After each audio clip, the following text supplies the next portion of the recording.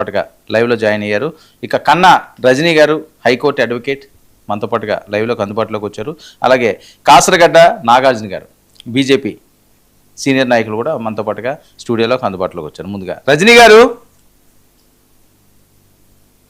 Sir నాకు ఈ subject గురించి అసలు తెలీదు, అందరూ మాట్లాడాక చివరికి కన్క్లూజన్ ఇస్తాను సార్. మీరు మాట్లాడాలక్క ఫస్ట్, మీరు మాట్లాడతారు. అప్పుడు వీడియో ఏ సబ్జెక్ట్ మేడం? నేను ఏమి అడగకుండానే మీరు సబ్జెక్ట్ అంటున్నారేంటి? నేను మొదలు పెట్టకుండానే కాదు. ఫైల్స్ క్లియరెన్స్కి సంబంధించి ర్యాంకులు ఇచ్చారట. దానివల్ల లేనిపోనివన్నీ కూడా విభేదాలు వస్తున్నాయి, ట్రోల్స్ అవుతున్నాయని చెప్పి ఇకపై ర్యాంకులు ఏవి బయట పెట్టొద్దు, ఎవరికి ఏ ర్యాంక్ వచ్చిందన్నది ఒక సీల్డ్ కవర్లో ఆ మంత్రికి ఇవ్వండి, వాళ్ళే సరిదిద్దుకుంటారు అని చెప్పి చంద్రబాబు నాయుడు గారు దిశానిర్దేశం చేశారట.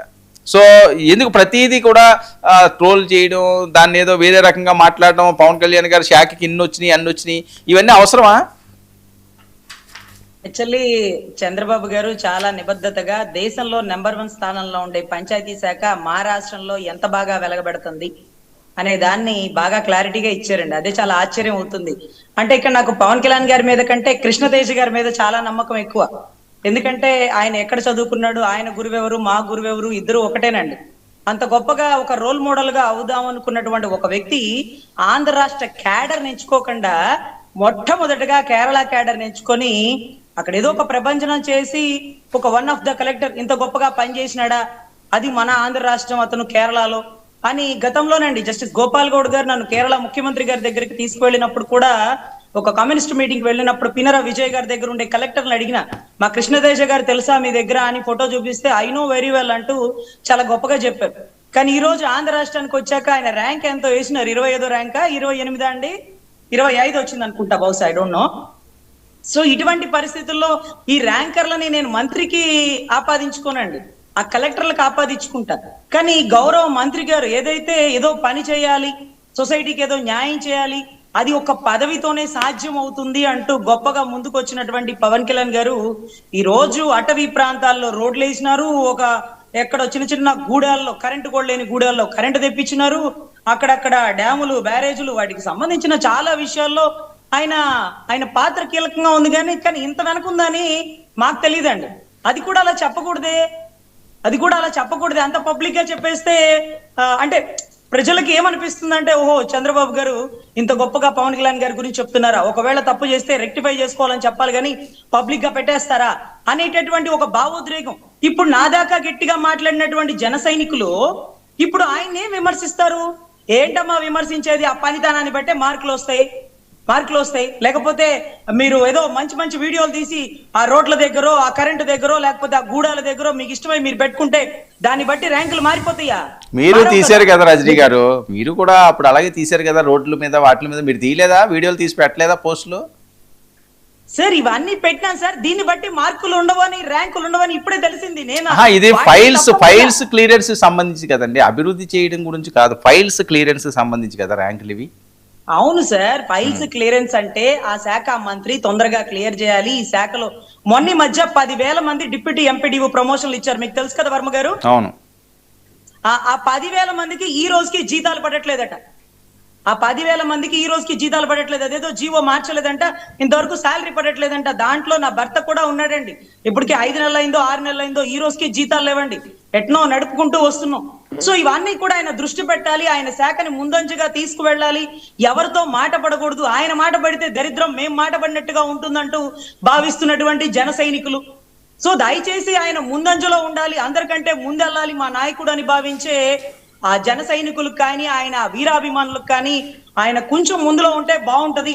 అంటే పబ్లిసిటీలో కాదు, పెర్ఫార్మెన్స్ లో, ఫైల్స్ క్లియరెన్స్ లో అనే దాంట్లో అని నా ఉద్దేశం సార్, ఆయన కించపరిచే ఉద్దేశం కాదు. సో ర్యాంక్ డిక్లేర్ చేస్తే ఈ రోజు కృష్ణతేజ లాస్ట్ ర్యాంక్ లో ఉన్నాడు, ఎందుకు ఫైల్స్ క్లియర్ చేయాలా? ఎందుకు ఆయన మీద ప్రెజర్ ఉంది? ఎందుకు క్లియర్ చేయనివ్వట్లా? ఎందుకు ఎక్స్ట్రా పని అంతా అతనికి పెడుతున్నారు? అక్కడక్కడ మీటింగ్లు తిరుగుతూ ఎందుకు ప్రిన్సిపల్ కమిషనరో లేకపోతే ఆ కలెక్టర్ ఎందుకు అందుబాటులో లేకపోతున్నారు? పర్యటనలో ఉండాలా, వాళ్ళ పెర్ఫార్మెన్స్ ఫైల్స్ క్లియరెన్స్ లో ఉండాలా? పర్యటనలో పొద్దుగూకులేం పర్యటనలు, కూర్చొని ఆఫీస్ లో కూర్చొని పని చేసేది ఎప్పుడు అనేటటువంటి పరిస్థితి అండి. వీటితో పాటు ఇన్ఛార్జీల గురించి మాట్లాడుకోవాలి. వైజాగ్ కి సంబంధించి ఇన్ఛార్జీలు, వైజాగ్ లో నోవాటల్లో ఆయన్ని బంధించినప్పుడు, ఆయన్ని అరెస్ట్ చేసినప్పుడు ఆయన కోసం జైల్లో ఉన్నటువంటి ఎంతో మంది మహిళలు, రోడ్డు మీద జెండా పట్టుకున్న వాళ్ళు, ఆ టైంలో డబ్బులు ఖర్చు పెట్టుకొని ర్యాలీలు చేసి రూములు పెట్టుకొని అక్కడే ఉన్న వాళ్ళు ఈ రోజు ఇన్ఛార్జుల్లో లేరండి. ఇన్ఛార్జుల్లో ఉండే కొణతాల రామకృష్ణ గారు కానీ, పంచగల్ల రమేష్ గారు కానీ, లేకపోతే ఇంకెవరో పేరు, ఆ ముగ్గురు కూడా ఈ గవర్నమెంట్ ముందు వచ్చినారు, ఎలక్షన్ కి ముందు వచ్చినారు. వాళ్ళు ప్రజారాజ్యం నుంచి లేని వాళ్ళు, అంటే మాకు జనసేనలో పనిచేయని వాళ్ళు. ఈ రోజు వాళ్ళని ముందు పెడితే ఆ ఏరియాలో పనిచేసిన వాళ్ళకి ఏం అర్థం అవుతుందండి? ప్రజారాజ్యంలో ఎందుకు లేరండి? కాదు ప్రజారాజ్యంలో పంచకల్ రమేష్ బాబు ఎమ్మెల్యేగా గెలిచిన ఆయన లేకపోవడం ఏంటి? అవునా? ప్రజారాజ్యం అంటే మీ నాయకుడు కూడా వచ్చేస్తారండి, తోట చంద్రశేఖర్ గారు, జనసేనలో అందరూ ఉన్నారండి. ఈ టైంలో చివరిలో వచ్చిన వాళ్ళకి అవగాహన లేదు కదా సార్. ఇప్పుడు అక్కడ స్థానికంగా ఉన్న వాళ్ళు, ఆ టైంలో కష్టపడిన వాళ్ళు, ప్రాధాన్యంగా ఉన్నవాళ్ళు, వీళ్ళని కూడా కలపాలి కదా. అంటే వాళ్ళని కాదు, వీళ్ళని కూడా కలపాలి కదా. ఈ రోజు కడప, కర్నూలు, అనంతపురానికి ఇన్ఛార్జీలు బాలినేని గారు, ఎక్కడో వరుణ్ గారు. అంటే ఆ వరుణ్ గారికి నేను తెలియదు, నాకు ఆయన తెలియదు. నేను 2 ఏళ్ళలో 3 ఏళ్ళలో పనిచేసినానేమో పార్టీలో, నాకు తెలిసి కూడా.